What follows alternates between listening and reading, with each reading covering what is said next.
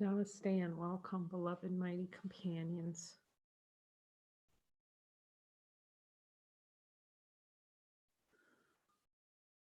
To this holy circle of light.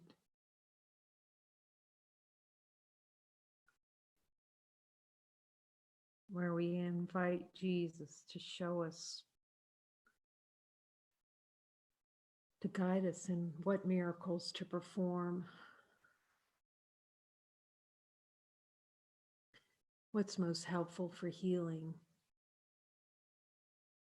to cease to deny what we are, looking at that desire for objective experience and experience other than perfect, supreme happiness.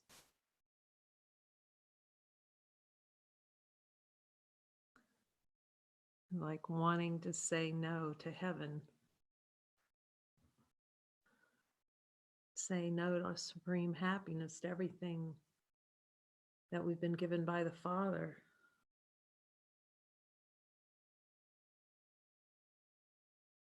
And with each passing day, with each passing moment, seeing the power that's been given us, that can't be apart from us. And how helpful that voice for God truly is. And to admit not wanting to hear that voice one bit. That's how consciousness plays. It's like, no, it's going to be horrible if I listen to that voice. Yet we see that that is really the only way it can work to maintain a sense of personal identity and not be supremely happy, is for us to pretend like the light is the enemy.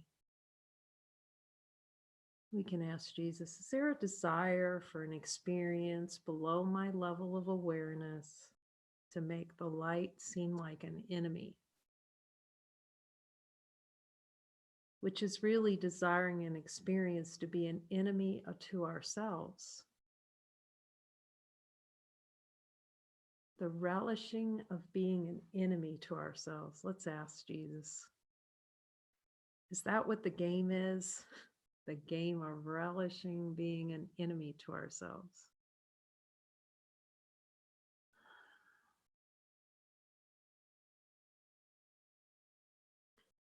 And then we can admit it. If we see it, we can admit that desire for enemies and victims and victimizers and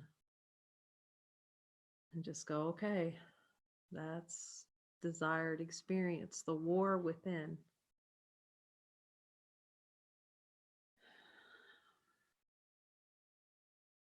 The desire to play the game of consciousness more than the desire for the recognition and celebration of divinity.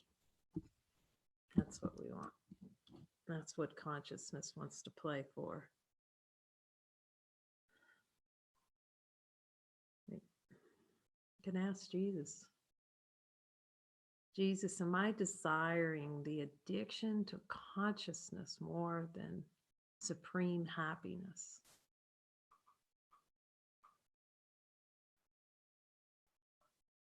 So he can tell us if supreme happiness is not in residency full time, then that's exactly what's desired. And so we look and ask for help, to be shown all the little twigs that seem so innocent. I could see that in the play, innocent with face of innocence, not true innocence, because when they're seen in true innocence,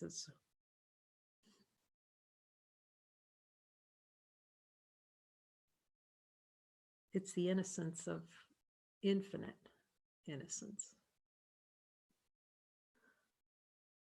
That's really helpful, learning that discernment between the play of innocence, the face of innocence, and supreme innocence, infinite innocence, innocence without limit.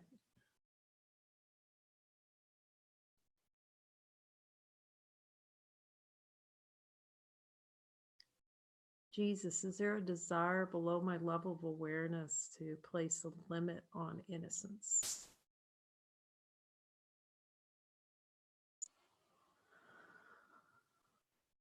He says, anytime you're denying supreme power, infinite power,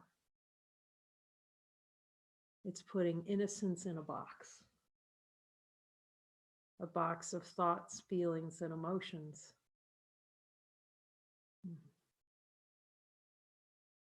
Jesus, do I have a desire for conceptual experience of innocence? It's the innocence that plays at no to divinity. So it's not, see, that infinite innocence doesn't judge denial of innocence. It just doesn't agree with it. It can't agree. Can infinite innocence ever agree with face of innocence? Face of innocence being the pretend that we're not denying, pretending that we're not fully deciding not to be innocent.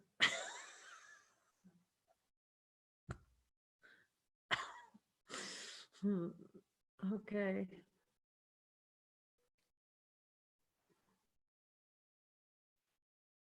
Jesus said that decision can be changed immediately.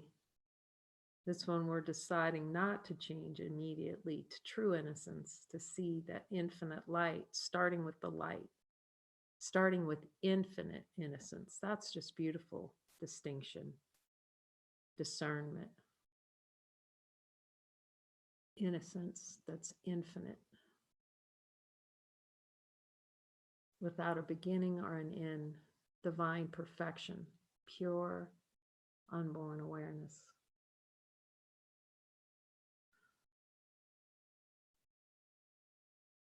And to really see with Jesus how much effort it really takes to be anything other than supreme happiness, anything other than infinite love.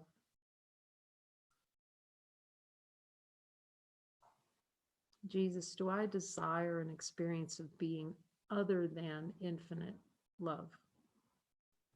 Will you show me?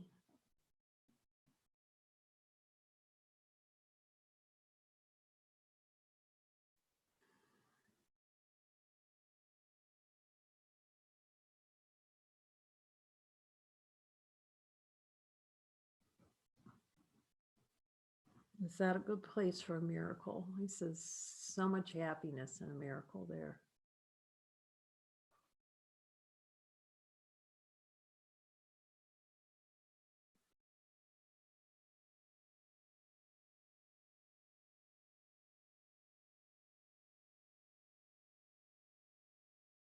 So much happiness and infinite innocence. He says, I say, yes, he says, until you see how much you do not want infinite innocence below the level of awareness, the desire to cast it out, away, to throw it away, as he says, we've thrown our gifts away, attempted. He's saying, no waiting for these gifts. See that they're yours now.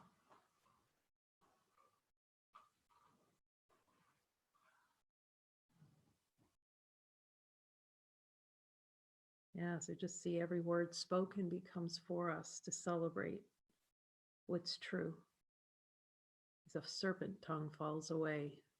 The dedication to the serpent tongue. Jesus, let's just ask him. Is there a dedication to the tongue of the serpent? And hearing that voice and just relishing the voice of the serpent to usurp the power of God.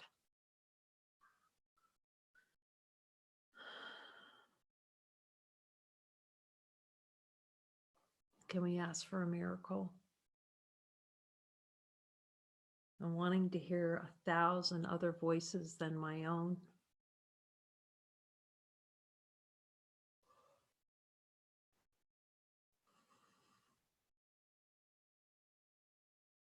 to relish the impossibilities,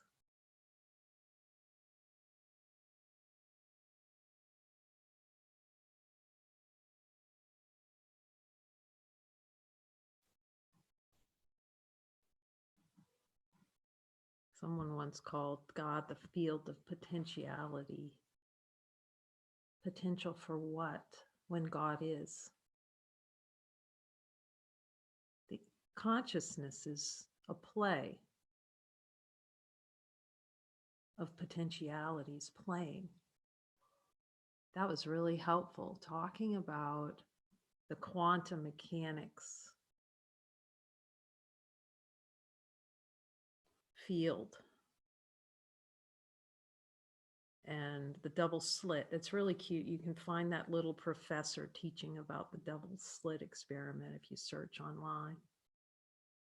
And whether it comes out as a waveform or particles. So here's a deep dive with Jesus. Depending on the observer, observing the waveform or the particles. See, here's the desire in consciousness to be baffled by that. To be baffled about how it comes out as a waveform of a particle, because how is that happening? See, it's a desired experience.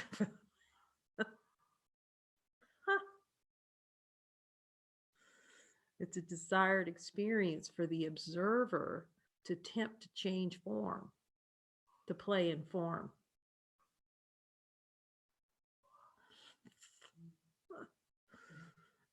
And completely obliterates looking to see that it can't happen. That's impossible. Infinite light doesn't know waves nor particles. So that's a concept. It's a concept of waves and particles. To obscure infinite light is here.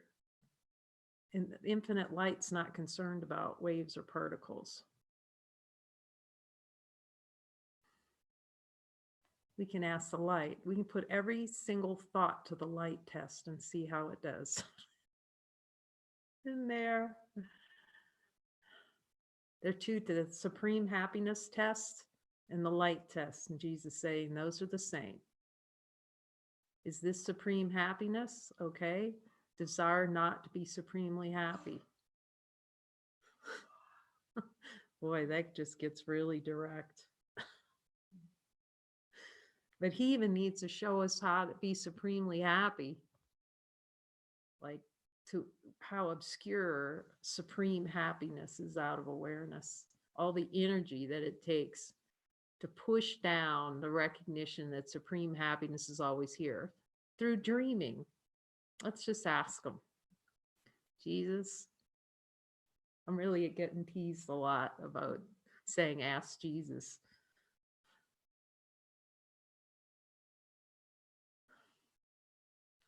But you just see it's so purposeful. It's for me.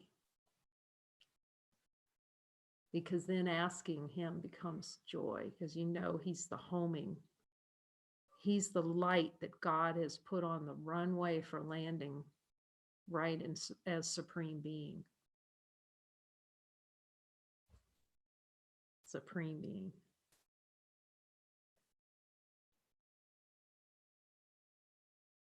Do I desire an experience, Jesus, where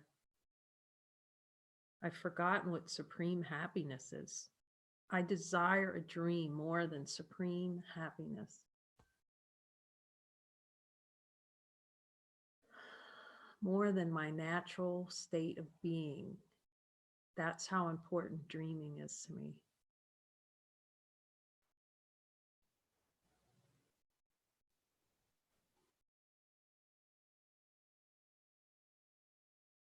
The relishing a dream more than God.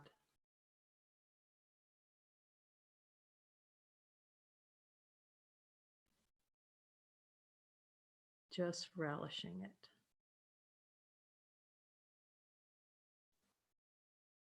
Relishing a dream. And then as we were laughing yesterday, Jesus was telling us, reminding us, it was really beautiful through Kelly. You see how much love pours out from your brother by being the representative of Jesus in your mind, in the mind. Jesus, can we laugh about this? He says, oh, what joy for us to laugh together. This is our function, to come together and keep joining and laughing at the impossibility. He says, in this, you'll rediscover the truth.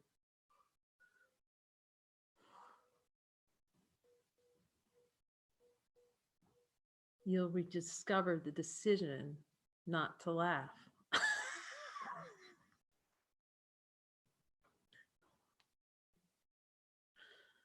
Is it a decision not to laugh, Jesus? Let's ask him. Yeah.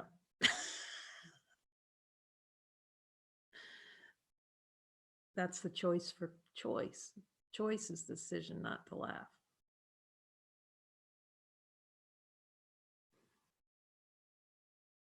Desire for choice. The laughter comes from seeing we have no choice other than to be infinite, unchanging light. And, and then we can laugh at all the little plays. And that the light's not impacted by the play. But for a while, I'm asking Jesus, he's saying, yes, for a while it can seem like you are the dartboard.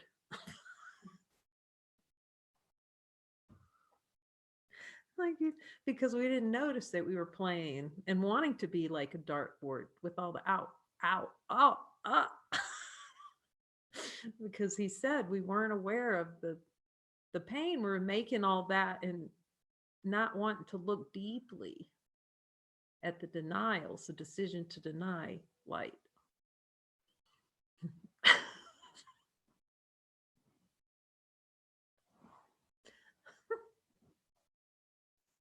To deny what's already here. And when that's when he's showing me, it's like, oh, Jesus, you're so right. And I've said this before.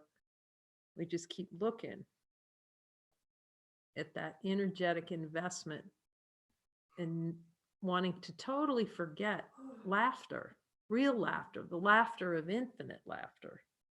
I like that. Everything gets an infinite before it. So we can infinite laughter, infinite joy, infinite peace. Because then we can ask ourselves, do I really know what that is? Infinite joy.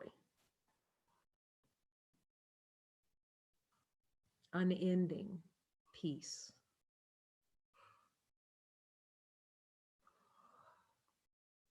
And that's where we can go to honesty in God and say, has peace ever been infinite in experience? Like there'll be glimpses. Is that all we're worth?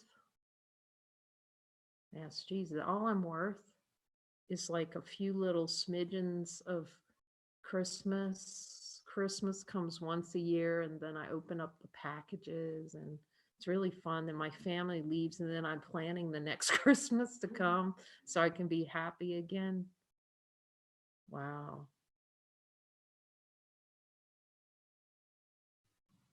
Yet he can show us how we've used every Christmas to deny that Christmas is always here. The Christ is here. Infinite joy is here.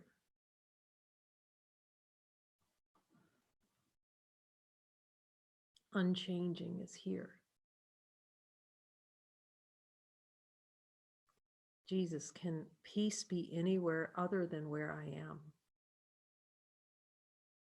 In our direct experiences, light beings, can we find peace to be in the future, in honesty of God?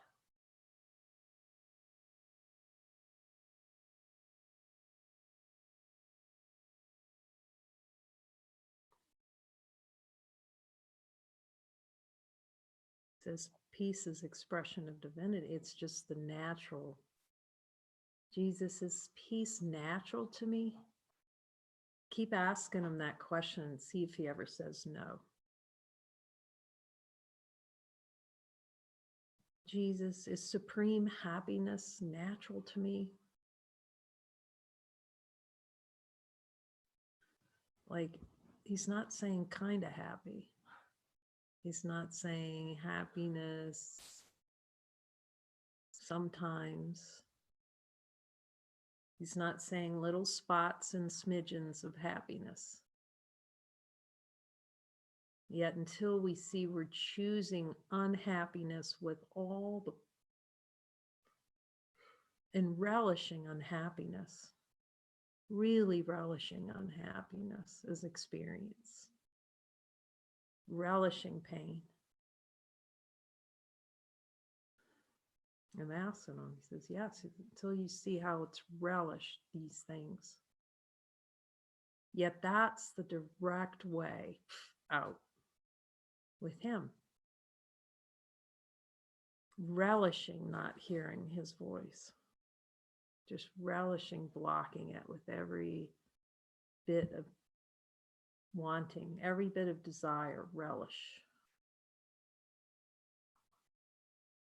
Yet that's the way out, is seeing and admitting it in innocence, just like being with that.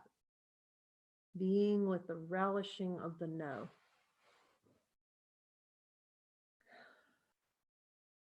Instead of tossing out a bunch of words around it in a story, that's what he's teaching me. Just be with the pure no. So we can learn to recognize that it's a no, and then how it gets covered over way up here in thoughts, feelings, emotions.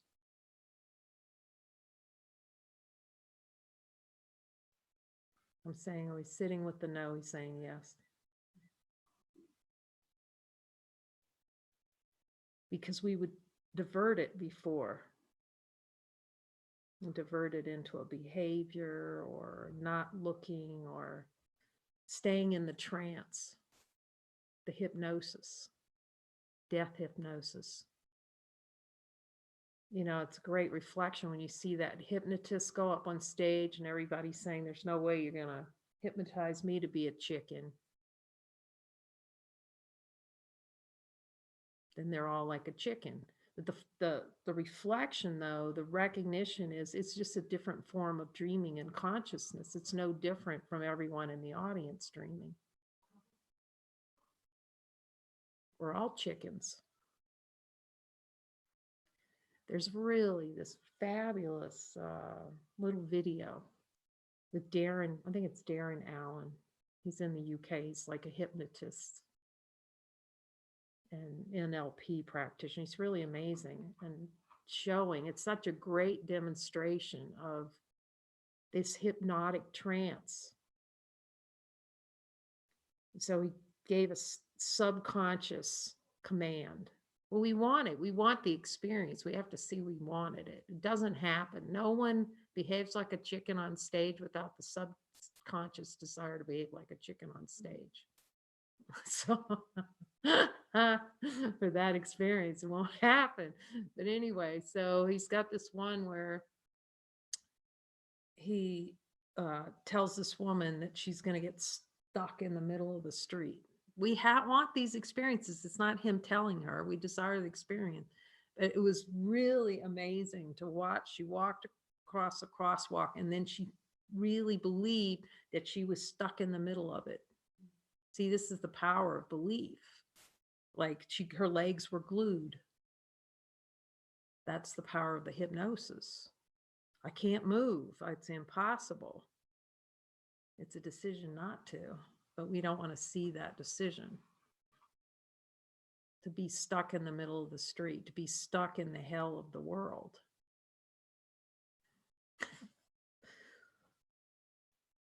But as Jesus was saying through Kelly, you know, it's a reminder. Let your heart be light. To be light in it. I can see that's a reminder for me. That we can laugh in these joining sessions when we see, oh my gosh, it can't be true. Light's here. This must be my desired experience, a desired experience. and that we can look so directly with the one who knows. Lesson 357, starting with the light of infinite being and always asking Jesus, what miracles, what miracles? So it helps our mind focus on miracles, on the light of divine being. Truth answers every call we make to God.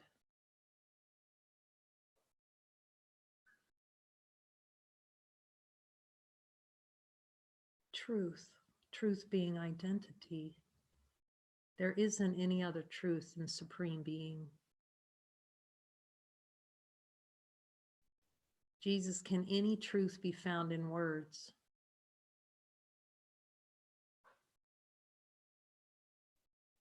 Not a shred of truth can be found in words.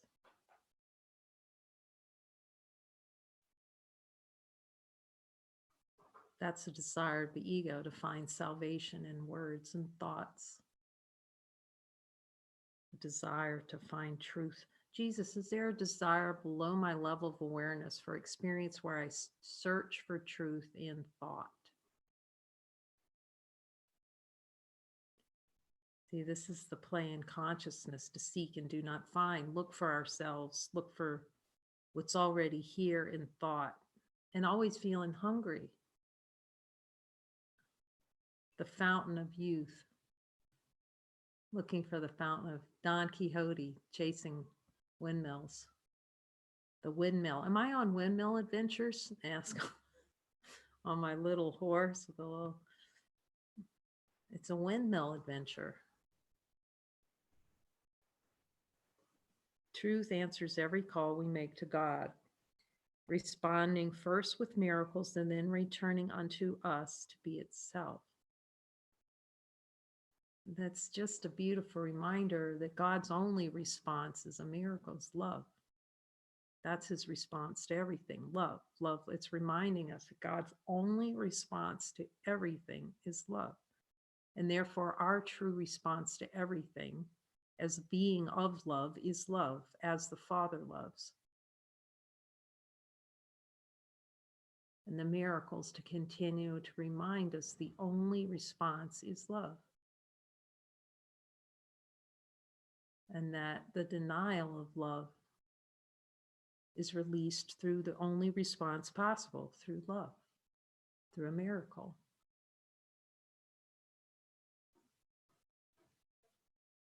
Forgiveness, truth's reflection, tells me how to offer miracles. See how forgiveness reflects truth, miracles reflect the expression of love. They are a reminder that the only response in every circumstance is love, because that's all the Father responds with, is love.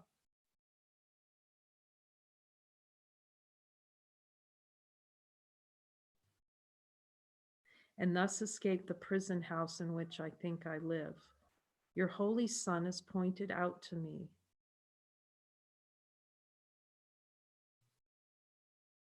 Jesus, do I think I live in a prison? Do I desire an experience of having an experience of being in a prison house and thinking I live in there? Do I want that more than God, that prison house more than God, more than infinite? Do I desire it more than infinite love?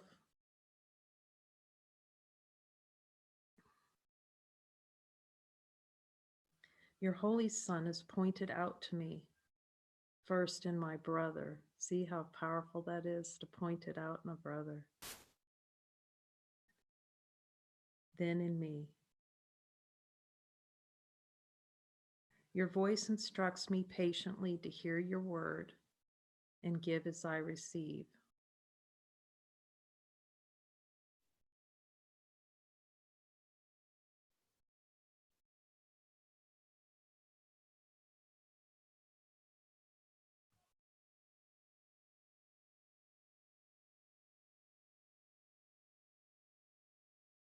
Your voice instructs me patiently.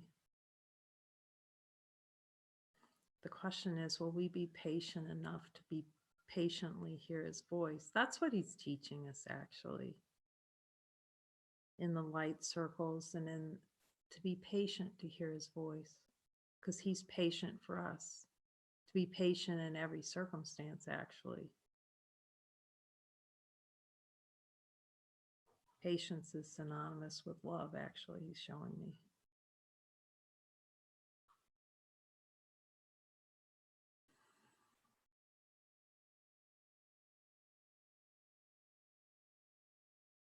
And then give as I receive, which is to give love as God's giving love.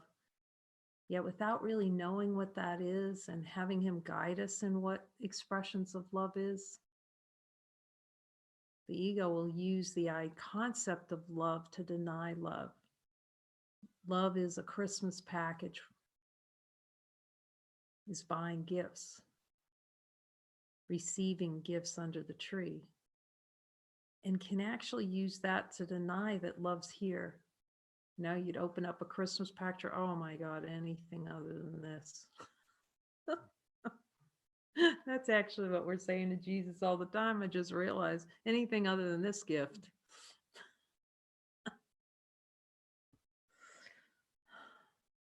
Anything other than what you're giving me now, Jesus.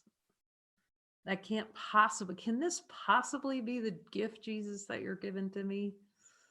You know, and you're given a prompt to do something. It's like, that can't be the gift. The stuff we don't know until we step into it.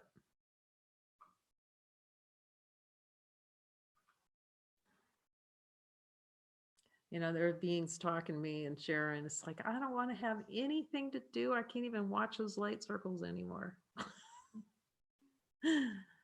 Because we have to find the one who doesn't want to watch the light circles.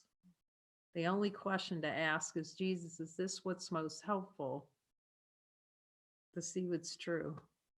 That's the only question really to ask.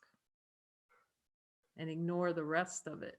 Am I called here by you? Because there will be times, you know, just see it's a desired experience then.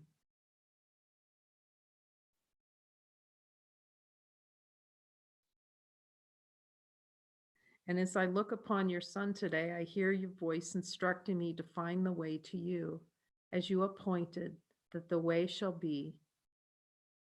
Behold his sinlessness, and be you healed. Jesus, is there any desire below my level of awareness not to be healed?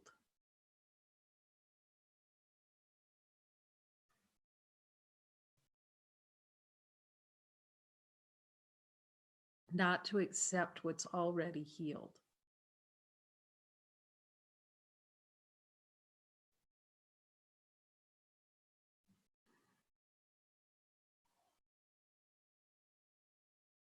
Is there any desire not to accept that you appointed the way, and it is, behold his sinlessness, behold his sinlessness, and be you healed?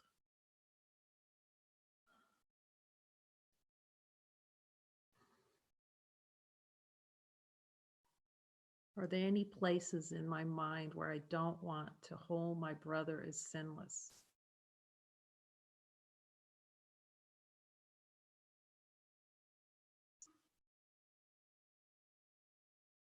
Will you show it to me?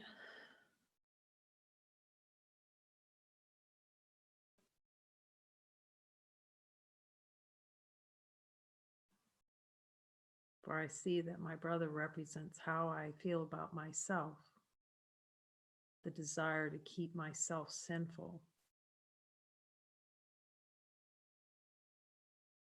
and refuse the gifts of the Father that my brother would bring to me. Thank you, Father, for showing me this. Truth answers every call we make to God, because only truth can answer. Only truth can answer. The only question is, will we accept it? Do we want the play of consciousness more than letting truth and love answer the call? Responding first with miracles and then returning unto us to be itself.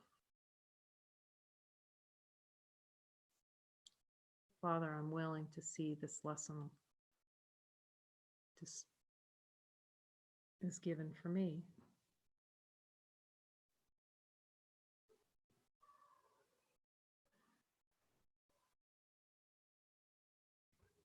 Thank you, Jesus.